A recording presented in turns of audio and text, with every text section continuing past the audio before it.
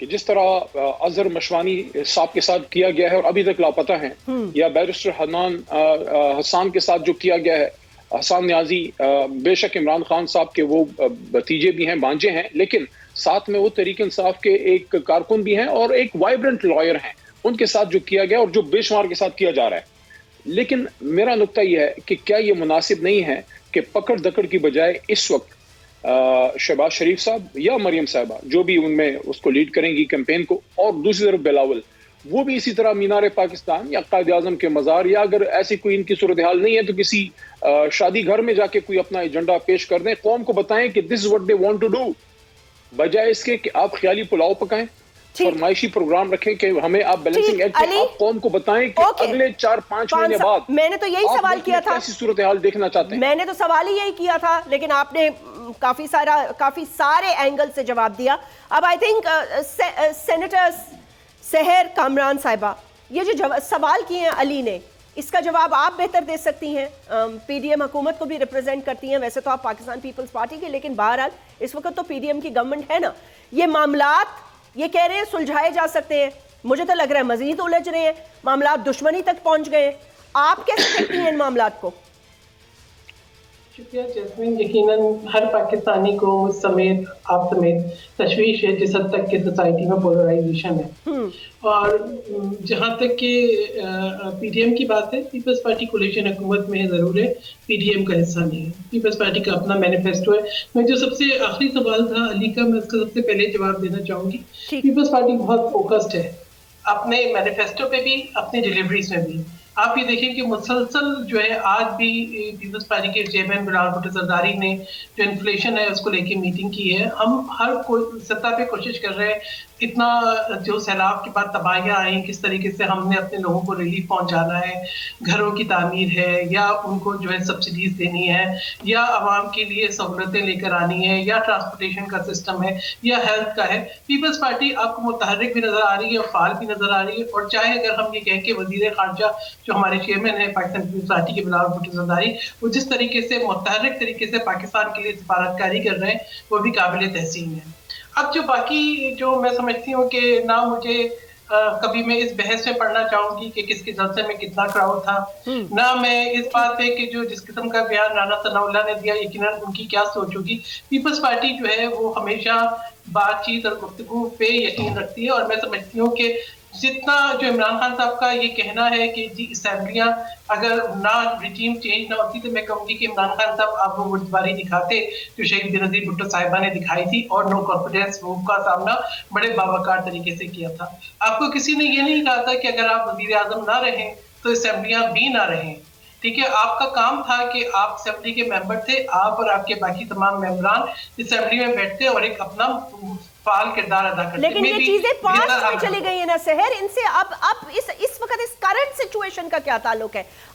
Supreme court آپ نے بات کی، آپ نے بات کی تو میرا جواب دینا بنتا ہے۔ جی میم دیکھیں نا، میں اس لیے اگر یہ بات نہ ہوتی تو میں بالکل نہیں جاتی، کیونکہ ہم نے تو 17-18 سال کی عمر سے یہ تمام ظلم جبر دیکھا ہے۔ ہم نے تو عمران خان صاحب کی دور حکومت کے اندر جس طریقے سے، میں وہ بھول نہیں سکتی، جس طریقے سے فریاد تارفو صاحبہ کو عید کی رات ہسپتال سے ڈریگ کر کے ڈرپ نکال کے پھینک کے ڈاکٹروں کی ایڈوائس کے خلاف جو مینول ہے جیل اس کے خلاف وائلیٹ کرتے ہوئے جو ہے جیل شفٹ کیا گیا۔ سابق صدر آصف علی زرداری کو جو ہے نماز پڑھنے نہیں دی گئی عید کی، جو انسولین رکھنے کے لیے ریفریجریٹر نہیں دیا گیا۔ سید خورشید شاہ کی آج آپ حالت دیکھیں کہ ان کی صحت کس نہج پہ پہنچ چکی ہے، ان کو گرفتار کیا گیا، 3 سال تک گرفتار رکھا گیا۔ یہ اچھی مثالیں نہیں ہیں، یہ اچھی مثالیں نہیں ہیں، نہ ہم میں آج اس بات کو سپورٹ کرتی ہوں۔ دیکھیں سیاست کے اندر جب تک رواداری نہ ہو، ہمیں اپنی بات کرنے کا، سیاست کا مقصد یہ ہے کہ ٹالرنس لیول بھی ہو اور ہم جو ہے بیٹھ کے بات بھی کر سکیں، اور آج بھی واحد حل بات چیت سے نہیں نکلے گا۔ میں علی کی اس بات سے اتفاق کرتی ہوں کہ 4 مہینے بعد یا 6 مہینے بعد الیکشن ہونا ہے، الیکشن ہونا ہے۔ تو دیکھیں بات یہ ہے کہ کچھ چیزوں کو ہمیں دیکھنا ہوگا کہ لیکن اگر سپریم کورٹ یہ کہہ رہا ہے کہ الیکشن ابھی ہونا ہے تو 4 سے 6 مہینے میں پھر کیا ایسا ہو جائے گا سحر صاحبہ ایسا کیا ہو جائے گا؟ کیونکہ جو اس وقت ایجنڈا نظر آ رہا ہے گورنمنٹ کا یا جو ایک سوچ نظر آ رہی ہے بیانات کے لیول سے، تو وہ تو یہ نظر آ رہی ہے کہ ہر حال میں خان کو مائنس کرنا ہے اور پھر الیکشن کرانے ہیں. یہ ہے کیا؟ یہ ایجنڈا ہے؟ دیکھیں جیسمین، سیاست سے کبھی کسی کو مائنس نہیں کیا جا. کیوں نہیں کیا جا سکتا سیاست سے مائنس؟ نواز شریف صاحب ہمارے سامنے ایگزامپل موجود ہے، آپ کہہ رہی ہیں کسی کو مائنس نہیں کیا جا سکتا. بے نظیر بھٹو کو ایگزائل میں جا کے رہنا پڑا، ذوالفقار علی بھٹو کو تختہ دار پہ چڑھا دیا گیا. لیکن ان کو سیاست سے مائنس نہیں کیا جا سکا. وہ ایک حقیقت تھی، حقیقت رہی اور حقیقت بن کر آئیں. ٹھیک ہے، اسی طریقے سے جو ہے شہید ذوالفقار علی بھٹو کی شہادت کے بعد بھی آپ ان کو سیاست سے مائنس نہیں کر سکے. آپ نے بولا سیاست سے مائنس نہیں کیا جا سکتا.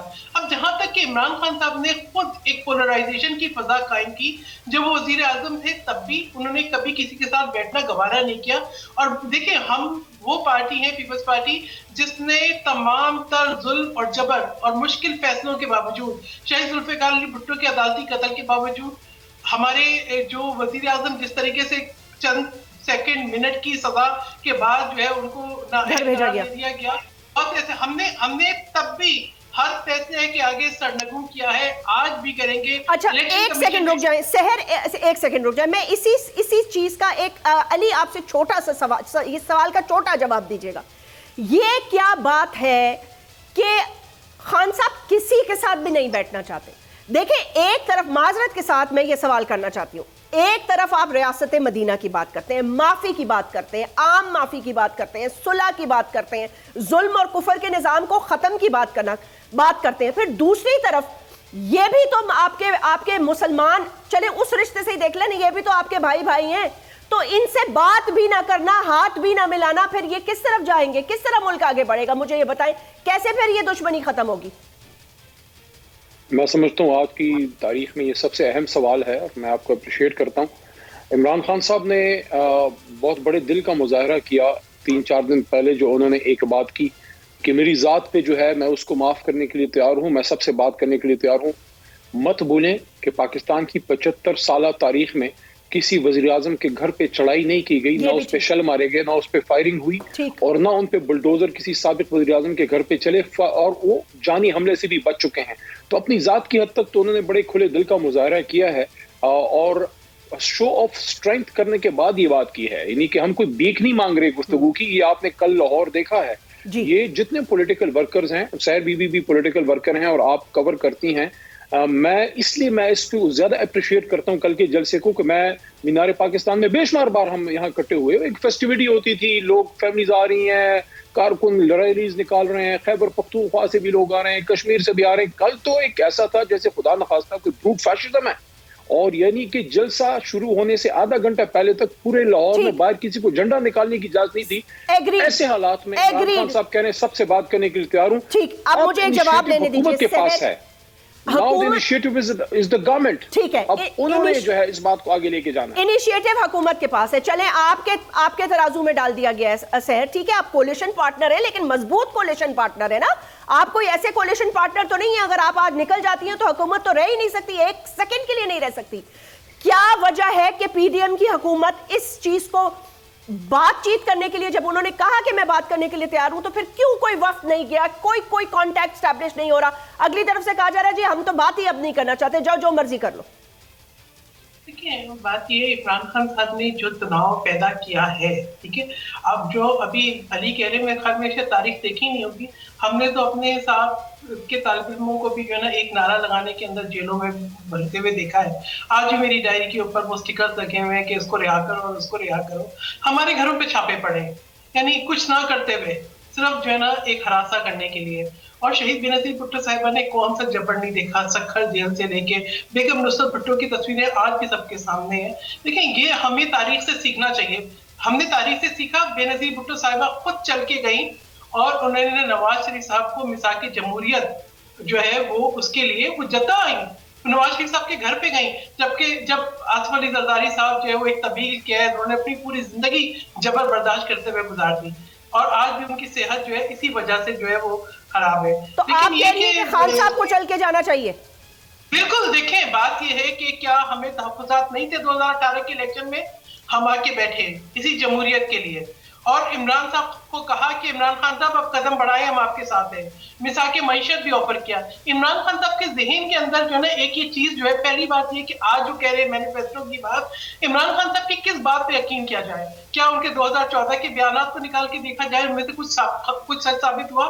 کیا حکومت میں آنے کے بعد جو وہ بیانات کہتے تھے کہ میں جو ہے گورنر ہاؤس کو یہ کر دوں گا, پرائم منسٹر ہاؤس کو جو ہے irrelevant ہو گئی یہ وہ باتیں. سحر ہم بہت آگے نکل گئے ہیں آپ سیاست میں, مجھے وقفہ لینے دیں.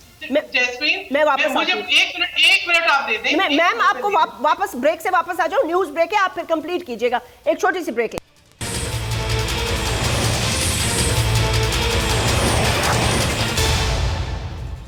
Welcome back. جی سحر, آپ سے میں نے کمٹمنٹ کی تھی, آپ اپنا پلیز کامنٹ جو ہے وہ کمپلیٹ کر لیں. جی جیسمین, کیا عمران خان صاحب سابق صدر مملکت آصف علی زرداری صاحب سے معافی مانگیں گے؟ عمران خان صاحب جو ہے جس نہج پہ پہنچ گئے, انہوں نے الزام لگایا ہے پہلے کہ جی امریکی سازش ہے, پھر ان کو جو ہے وہ ملٹری اسٹیبلشمنٹ ان کو مارنا چاہتی ہے, پھر سابق صدر مملکت آصف علی زرداری مارنا چاہتے ہیں, پھر چیف منسٹر پنجاب مارنا چاہتے ہیں, پھر ان کو پولیس مارنا چاہتی ہے. دیکھیں عمران خان صاحب جس نہج پہ پہنچ گئے ہیں, سیاست کے اندر اتنی جو ہے نا پولرائزیشن کبھی نہیں ہوئی. عمران خان صاحب جس طریقے کا انہوں نے جو الفاظ استعمال کیے, کیا ان پہ معافی مانگیں گے؟ جو ان کا چور چور کا نیریٹو ہے, کیا اس پہ معافی مانگیں گے؟ کیا جو غلط الزامات پہ معافی مانگیں گے؟ یا عمران خان صاحب نے وہ اس سٹیج پر آ گئے جہاں پہ ان کے گھر سے پولیس کے اوپر پیٹرول بم کے حملے ہوئے, جہاں پہ جے پی کی پولیس نے پنجاب پولیس پہ بندوقیں تان لی. لیکن جہاں پہ آپ اتنی انسائٹمنٹ کرتے ہیں, آج جس طریقے سے ایک فعال قسم کی عمران خان صاحب کی لابنگ ہو رہی ہے, یورپین یونین کے باہر جو ہے آپ مظاہرہ کریں, ان کے آفیسز کے باہر, اب امریکہ میں کریں, کیا ایسا کوئی ہم نے مظاہرہ جب کشمیری خصوصی ایسے تبدیل ہوئی تھی تب بھی دیکھا تھا؟ دیکھیں بات یہ ہے کہ عمران خان صاحب جو امریکی سازش سے شروع ہوئے, آج امریکی لابنگ تک چلے گئے. پہلے یہ سوچیں کہ ان کو وہ چاہتے کیا ہے, اپنے ایک سوچ کی کوئی یکسوئی تو لے کر آئے, لیکن اس طریقے کے الزامات کے بعد اور الزامات ختم کریں تو بات چیت ہو سکتی ہے, یہ کہہ رہی ہے سینیٹر سحر کامران صاحبہ. ٹھیک, بہت سینیٹر سحر کامران صاحبہ نے اپنا موقف دیا, پاکستان پیپلز پارٹی کی ایک اہم رکن. ناظرین, ابھی جو جس سیگمنٹ میں ہم بات کرنے جا رہے ہیں اس میں میں آپ کو یہ بتاتی جاؤں کہ ایک بہت ہی خصوصی مہمان ہے, انہوں نے ہمیں جوائن کیا ہے. آپ کا تعلق متحدہ قومی موومنٹ پاکستان سے ہے. پاکستان کی اور کراچی شہر جس پر رگ, جس کو کہتے ہیں نا شہر رگ پاکستان کی, جہاں سے کہ سارا فیول ہوتا ہے اکانومی کو, اس شہر کی نبض متحدہ قومی موومنٹ پاکستان اب ایک ہو گئی, تمام دھڑے آ کر مل گئے. یہ کراچی کے لیے اور پاکستان کے لیے ایک خوشائن بات ہے. ہمیں جوائن کیا ہے ڈاکٹر فاروق ستار صاحب نے, سینئر ڈیپٹی کنوینر ہیں, فارمر میئر رہ چکے ہیں کراچی کے, متحدہ قومی موومنٹ پاکستان سے. ڈاکٹر صاحب بہت بہت شکریہ, السلام علیکم. ویلکم. Thank you.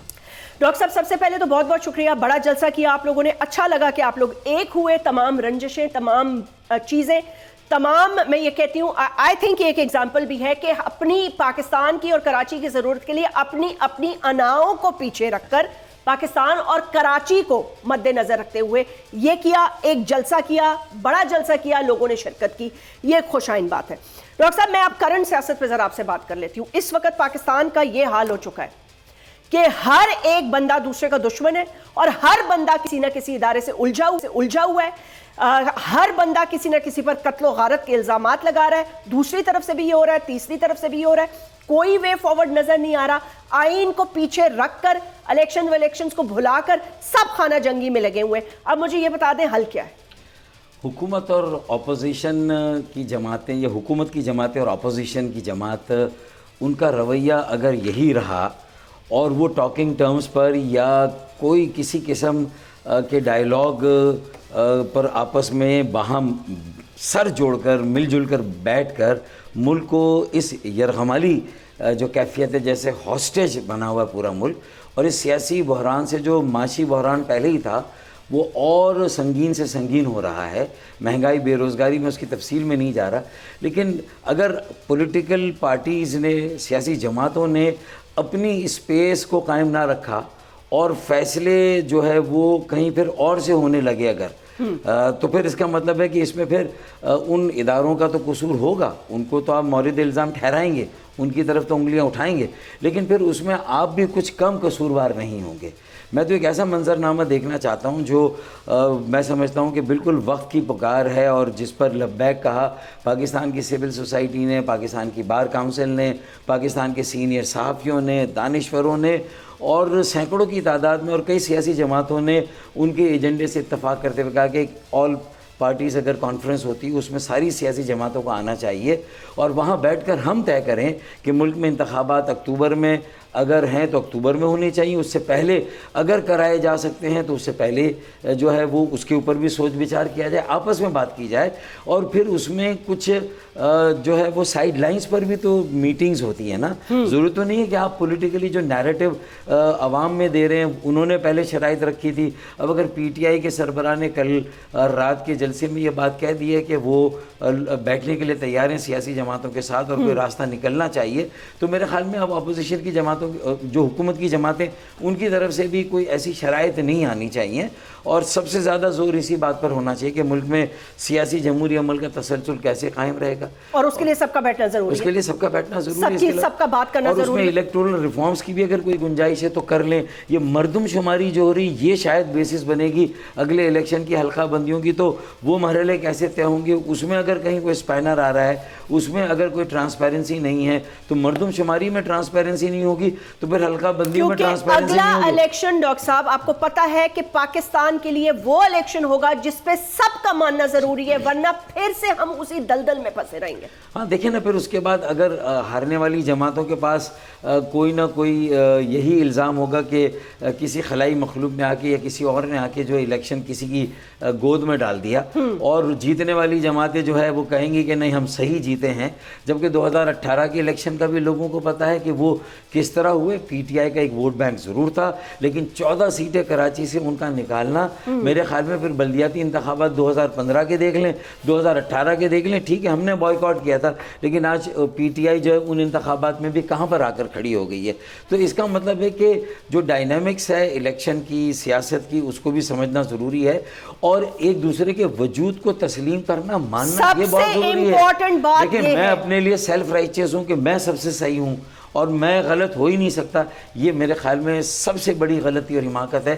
یہ اسے کہتے ہیں کہ عاقبت نہ اندیشی، مطلوب العنانی، اور اگر ہماری سیاسی جماعتوں ان کے بڑے سربراہوں میں آ جائے گی تو ان کا ایجنڈا کتنا عوامی ہو، کتنے عوام میں وہ پاپولر ہوں، کتنے بڑے وہ جلسے کر لیں، لیکن اگر اس مائنڈ سیٹ سے وہ پالیٹکس کا آغاز کریں گے، نئے سفر کو شروع کریں گے، تو میرے خیال میں پھر کھائی اور ایک سمندر کے بیچ میں آ کر کھڑے ہو جائیں گے، جیسے آج ہم کھڑے ہیں۔ آج ہم کھڑے ہیں۔ ڈاکٹر صاحب میں آپ کی موجودگی سے پروگرام میں موجودگی سے ایک فائدہ اٹھانا چاہتی ہوں، ایک سوال کرنا چاہتی ہوں، سب یہ پوچھنا چاہتے ہیں، آج بتا دیں کھل کر کیوں چھوڑا آپ نے خان صاحب کی حکومت کو؟ اگر آپ لوگ نہ چھوڑتے تو کیا آپ اپنے آپ کو اس وقت ذمہ دار سمجھتے ہیں متحدہ قومی موومنٹ کو کہ اگر آپ وہ ٹینیور پورا کر لیتے، ووٹ آف کانفیڈنس کو روک دیتے، آپ انہیں نہ چھوڑتے، یہ حالات نہ ہوتے، یہ پولرائزیشن نہ ہوتی، یہ تماشا نہ لگتا، اسمبلی اپنی مدت پوری کرتی، خان صاحب عوام میں جاتے، پھر عوام جانے اور ووٹ جانے؟